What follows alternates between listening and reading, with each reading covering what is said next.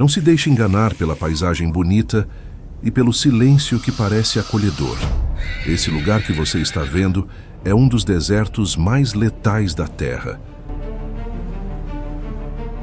O chão aqui é tão quente que pode fritar sua pele em segundos. As pedras parecem se mover sozinhas, como se obedecessem a um segredo antigo. E entre esse silêncio sufocante, vivem criaturas que transformaram o veneno em sua arma mais eficiente. Agora, estamos prestes a entrar no Vale da Morte, um território esquecido pelo tempo. Por que esse lugar abriga uma das cobras mais perigosas do mundo? E até que ponto a ciência conseguiu realmente decifrar seus mistérios?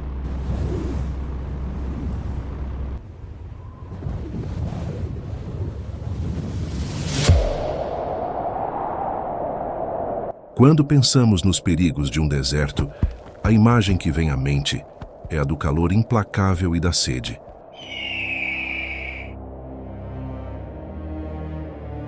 Mas no Vale da Morte, a ameaça pode surgir de forma súbita e letal debaixo de uma rocha ou de um arbusto seco.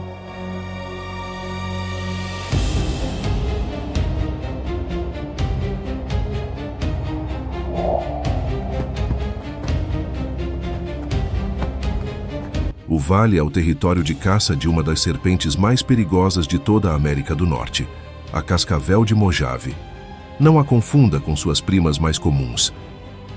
O que torna esta criatura particularmente temível não é apenas seu temperamento, mas a complexidade bioquímica de sua peçonha, um coquetel duplo de destruição.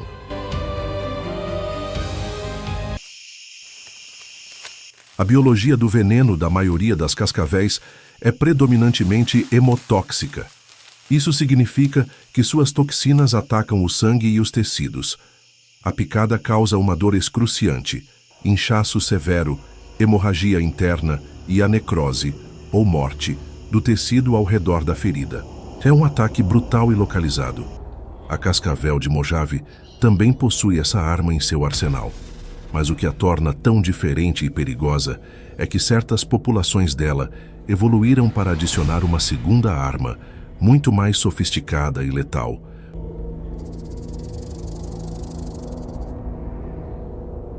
Uma poderosa neurotoxina, apelidada de veneno Mojave tipo A. Essa neurotoxina é uma arma de precisão que age de forma completamente diferente. Ela não se concentra em destruir a área da picada. Ela viaja pelo corpo e ataca o sistema nervoso central. Sua função é bloquear a comunicação entre os nervos e os músculos, um processo que leva à paralisia progressiva.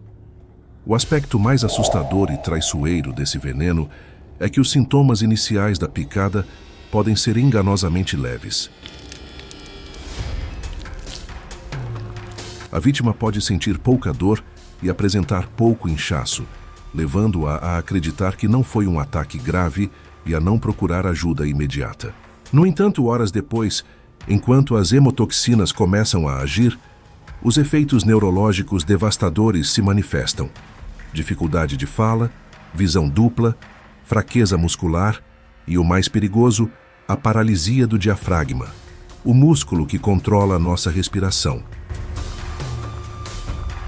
A vítima, muitas vezes plenamente consciente, simplesmente perde a capacidade de respirar.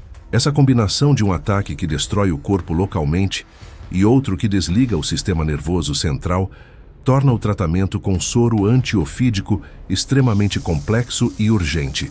A cascavel de Mojave é a prova de que a evolução às vezes cria armas biológicas de uma eficiência assustadora.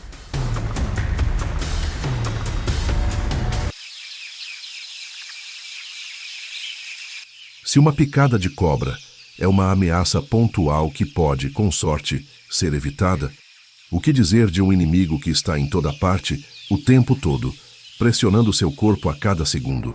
O clima do Vale da Morte não é apenas quente. Ele é uma obra-prima da geografia e da física, projetada para criar um dos fornos naturais mais eficientes do planeta. O título de lugar mais quente da Terra não é exagero. Em 10 de julho de 1913, na localidade de Furnace Creek, que se traduz como Riacho da Fornalha, os termômetros registraram a temperatura do ar mais alta já medida de forma confiável no nosso planeta, 56,7 graus Celsius. As temperaturas do solo podem passar dos 90 graus Celsius, quente o suficiente para causar queimaduras de 3º grau em contato com a pele. Mas por que este vale específico é tão infernalmente quente? A resposta está em uma combinação de 4 fatores geográficos e meteorológicos. O primeiro é a sombra de chuva. O Vale da Morte é cercado por altas cadeias de montanhas a oeste, como a Cordilheira de Sierra Nevada. Quando as massas de ar úmidas vindas do Oceano Pacífico encontram essas montanhas, elas são forçadas a subir. Ao subir, o ar esfria e a umidade se condensa, caindo como chuva ou neve na encosta oeste. O ar que finalmente consegue cruzar para o lado do vale já despejou toda a sua umidade, tornando-se extremamente seco. O segundo fator é a altitude. O vale é uma bacia profunda, e seu ponto mais baixo, conhecido como Badwater Basin, está a 86 metros abaixo do nível do mar. O ar seco que desce das montanhas para o fundo do vale é comprimido pelo aumento da pressão atmosférica. E a física básica nos ensina que, quando um gás é comprimido, sua temperatura aumenta. É o mesmo princípio que faz uma bomba de encher pneu de bicicleta esquentar. O solo do deserto, com sua vegetação mínima e suas cores muitas vezes escuras, absorve uma quantidade enorme de radiação solar. Esse calor é então irradiado de volta para a atmosfera, aquecendo a camada de ar próxima ao chão a temperaturas extremas. Como o vale é longo e cercado por paredes de montanhas íngremes, o ar superaquecido fica preso lá dentro. Ele não consegue escapar e subir para camadas mais frias da atmosfera. É uma armadilha de calor perfeita, uma combinação de fatores que cria um ambiente onde a sobrevivência é uma batalha constante contra a desidratação e a hipertermia. O clima extremo do Vale da Morte cria alguns dos fenômenos naturais mais misteriosos e belos do mundo.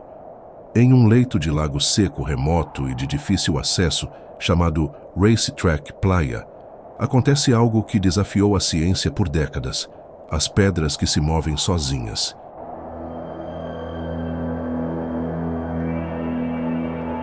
Rochas de vários tamanhos, algumas pesando mais de 300 quilos, repousam na superfície de lama seca e rachada, e atrás delas, longos e sinuosos rastros, como o de um arado, indicando que elas deslizaram por centenas de metros, muitas vezes mudando de direção.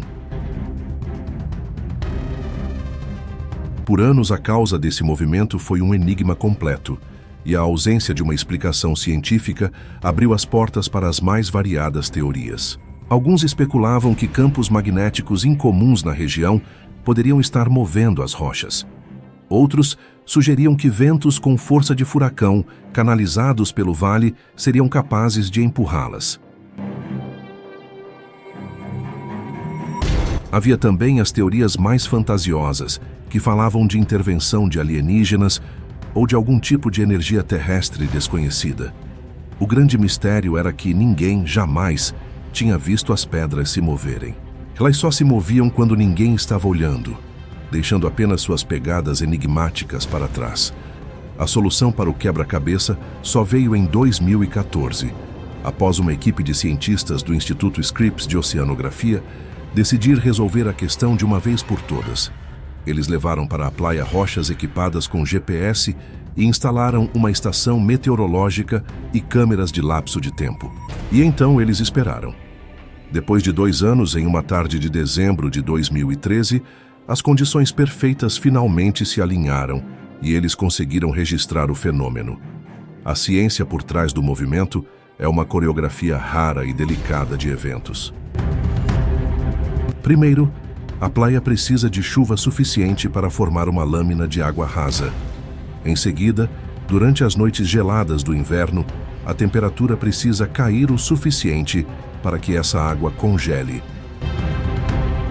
formando uma camada de gelo fina, como uma vidraça, mas forte o suficiente para não quebrar. Quando o sol da manhã nasce, o gelo começa a derreter e a se quebrar em grandes painéis flutuantes. Nesse exato momento, se um vento leve e constante sopra sobre a praia, ele é capaz de empurrar esses imensos painéis de gelo.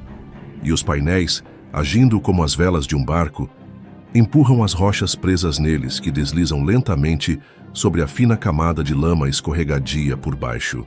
O movimento é lento, quase imperceptível, mas ao longo de vários minutos, as rochas podem percorrer centenas de metros, deixando seus famosos rastros.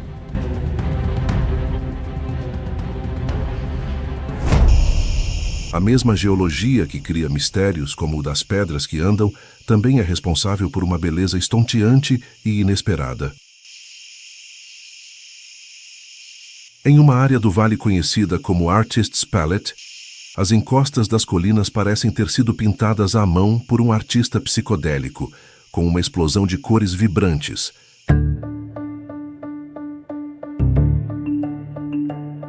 Essa paisagem surreal não é obra do homem, mas da geoquímica e de milhões de anos de uma história geológica violenta.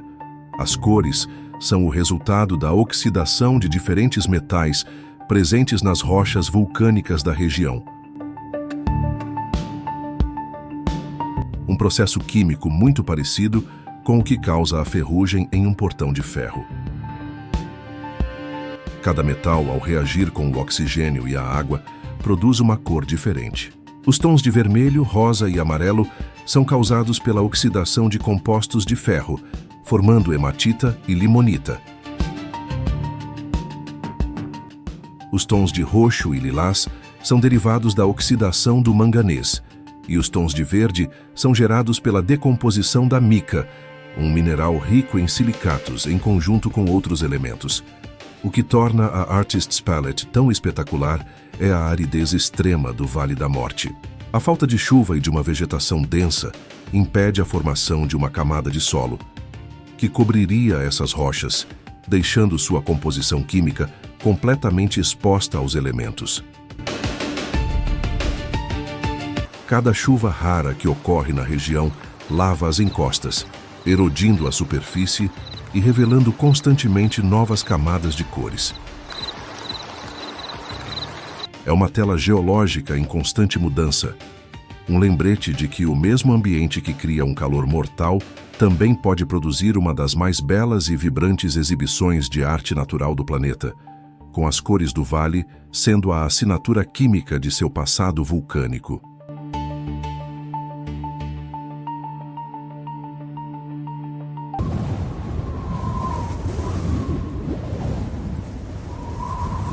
Diante de uma história de morte e sobrevivência e de um clima que parece projetado para aniquilar qualquer forma de vida, a pergunta que fica é: que outras criaturas, além das cascavéis, são teimosas o suficiente para chamar este lugar de lar? A resposta é uma galeria surpreendente de especialistas em sobrevivência, onde a biologia da adaptação é levada ao seu limite máximo. Nas encostas mais altas e menos quentes das montanhas, vive o carneiro do deserto. Este animal robusto desenvolveu a capacidade de sobreviver com pouquíssima água, obtendo a maior parte da hidratação da vegetação que come. Seus cascos são especialmente adaptados para escalar as encostas rochosas íngremes em busca de sombra e das raras fontes de água. Seu corpo consegue tolerar flutuações de temperatura que seriam fatais para a maioria dos outros mamíferos. No fundo do vale, vive o rato-canguru, um pequeno roedor que é um verdadeiro milagre da fisiologia. Ele pode passar a vida inteira sem beber uma única gota de água. Toda a hidratação de que precisa é obtida metabolicamente, através da quebra química das sementes secas que compõem sua dieta. Seu sistema renal é tão absurdamente eficiente que sua urina é quase sólida, tudo para conservar o máximo de líquido possível. Ele vive em tocas subterrâneas durante o dia para escapar do calor e só sai à noite para se alimentar. Mas talvez a criatura mais improvável de todas seja o peixe do deserto de Devil's Hole.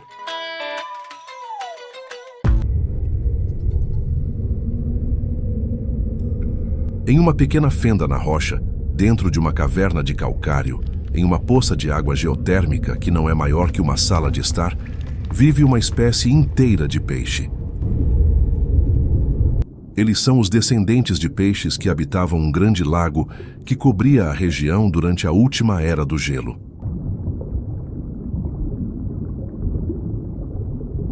Quando o lago secou, eles ficaram isolados nesta única e minúscula fonte de água.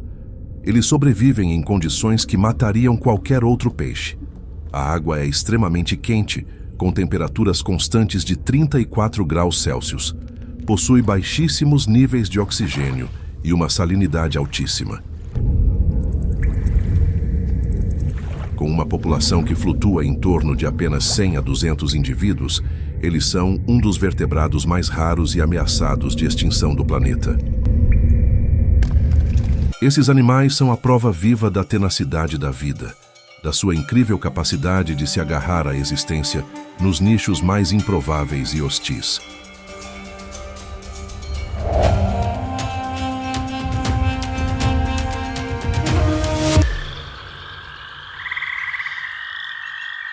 A história humana no Vale da Morte é sobre a busca incessante por riqueza. Uma febre que ergueu cidades no meio do nada e as deixou para morrer com a mesma rapidez. O vale não tinha ouro em abundância, mas possuía um outro tipo de tesouro branco, o bórax. Na segunda metade do século XIX, esse mineral, apelidado de ouro branco, tornou-se um produto valiosíssimo, usado em tudo, desde detergentes e cosméticos até como um conservante de alimentos. E o fundo seco dos lagos do Vale da Morte era coberto por vastos depósitos de bórax. A extração desse material, no entanto, era uma tarefa hercúlea. Foi aqui que nasceu uma das imagens mais icônicas do Velho Oeste americano, as carroças de 20 mulas. Para transportar o bórax extraído do vale através de 270 quilômetros de deserto implacável até a estação de trem mais próxima, a empresa responsável criou essas composições colossais. Eram duas carroças gigantescas, carregadas com toneladas de mineral, mais um vagão-pipa para a água, puxadas por uma equipe de 18 mulas e 2 cavalos, todos controlados por um único condutor. Era um espetáculo de logística e força animal. Uma solução engenhosa para um problema logístico quase impossível. Essa febre do bórax e a subsequente descoberta de pequenos veios de ouro no início do século XX levaram à criação de cidades fantasma que hoje pontilham a paisagem. A mais famosa delas é Rhyolite. Por um breve período, no início dos anos 1900, Rhyolite foi uma cidade próspera. Tinha hotéis, uma bolsa de valores, uma estação de trem e até uma casa de ópera. Mas a euforia durou pouco. O minério de ouro era de baixa qualidade e se esgotou rapidamente. Em poucos anos, a cidade foi abandonada e hoje suas ruínas de concreto servem como um monumento fantasmagórico à natureza efêmera da riqueza e à arrogância humana de tentar domar um lugar como o Vale da Morte.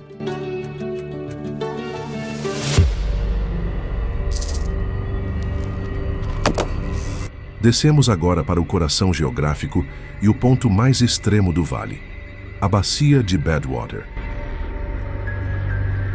Este é o ponto de menor altitude de toda a América do Norte, a impressionantes 86 metros abaixo do nível do mar.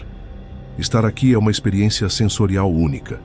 O calor é opressivo e o que se estende diante de você é uma visão de outro mundo, um vasto e ofuscante mar branco de sal.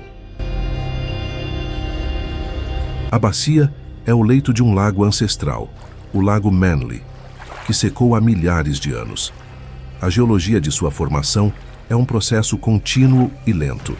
As raras chuvas que caem nas montanhas ao redor do vale dissolvem minerais das rochas e os carregam para dentro da bacia. Como o vale não tem saída para o mar, a água fica presa ali, no calor extremo. A água evapora a uma taxa altíssima. Ao longo de milênios, esse processo de evaporação e deposição construiu uma crosta de sal que, em alguns lugares, pode ter até 1,5 metro de espessura. Quando a superfície seca sob o sol, o sal se cristaliza em belos padrões hexagonais, criando uma paisagem que parece uma colmeia gigante e branca. O nome Badwater, água ruim, veio de um dos primeiros exploradores, que notou que sua mula se recusava a beber da pequena poça de água que existe na beira das salinas. A água não era venenosa, mas extremamente salgada. E, incrivelmente, mesmo nesse ambiente hipersalino, a vida persiste. A poça é o lar de uma criatura minúscula e endêmica, o caracol de Badwater. É mais um dos milagres de adaptação do vale. Caminhar sobre as salinas de Badwater é como caminhar no fundo de um oceano evaporado, um lembrete silencioso das profundas mudanças climáticas que nosso planeta já sofreu e da força implacável do Sol.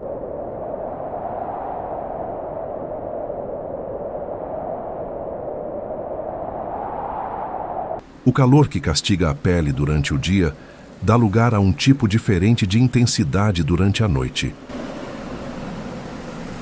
A da escuridão e do silêncio. Longe das luzes das cidades, o vale foi designado oficialmente como um parque internacional de céu escuro, da categoria Ouro, a mais alta que existe. A combinação de ar seco, ausência de nuvens na maior parte do ano e principalmente a falta de poluição luminosa, o torna um dos melhores lugares do mundo para a observação de estrelas. A experiência de estar ali em uma noite sem lua é profunda. A Via Láctea não é uma mancha pálida no céu. Ela se estende de horizonte a horizonte como uma nuvem densa e brilhante de estrelas, cheia de textura e cor. Constelações que mal conseguimos ver em nossas cidades aqui se revelam com uma clareza ofuscante. A ciência da astronomia depende de santuários como este para poder estudar o universo. A poluição luminosa das nossas cidades cria um véu que nos esconde o cosmos, e lugares como o Vale da Morte são janelas preciosas para a nossa vizinhança galáctica. Junto com a escuridão, vem o silêncio. Um silêncio tão profundo que pode ser desconcertante.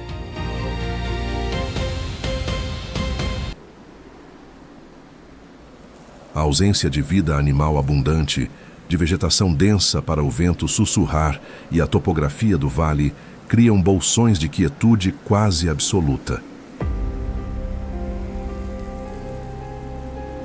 Em alguns lugares, o nível de ruído ambiente é tão baixo que você pode, literalmente, ouvir o som do seu próprio sangue pulsando nos ouvidos.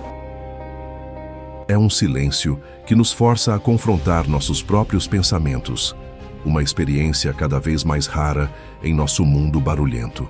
O Vale da Morte, portanto, nos oferece um perigo de um tipo diferente, o da introspecção, da sensação de estarmos verdadeiramente sozinhos diante da imensidão do tempo e do espaço, representados pelo céu estrelado acima e pelo silêncio profundo ao redor.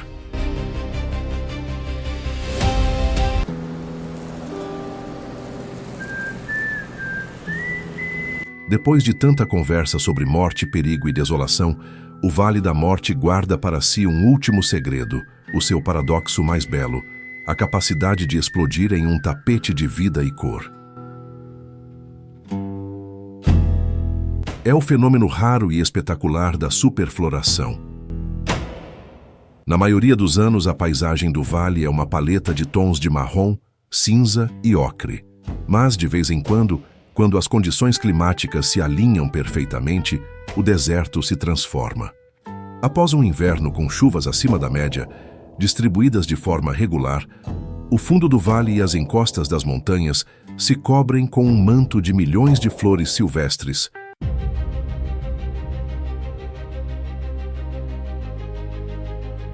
criando um espetáculo de amarelo, roxo, rosa e branco que parece desafiar a própria natureza do lugar.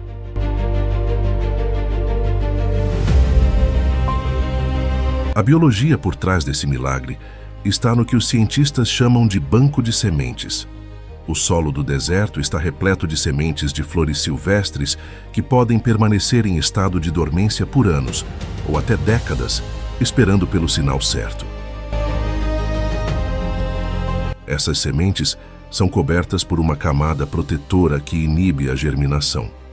É preciso uma quantidade específica de chuva para lavar essa camada e, ao mesmo tempo, umidade suficiente no solo para sustentar o crescimento. Quando essa combinação mágica acontece, milhões de sementes germinam simultaneamente, em uma corrida frenética contra o tempo para florescer, serem polinizadas e produzirem novas sementes antes que o calor brutal do verão retorne e seque tudo novamente. A superfloração não é apenas bonita, é uma estratégia de sobrevivência coletiva, uma explosão de oportunismo que transforma o vale em um jardim por algumas semanas gloriosas. É a prova de que, mesmo no lugar mais árido e com o nome mais assustador, a vida não está morta. Está apenas dormindo, pacientemente, esperando pela chance de florescer.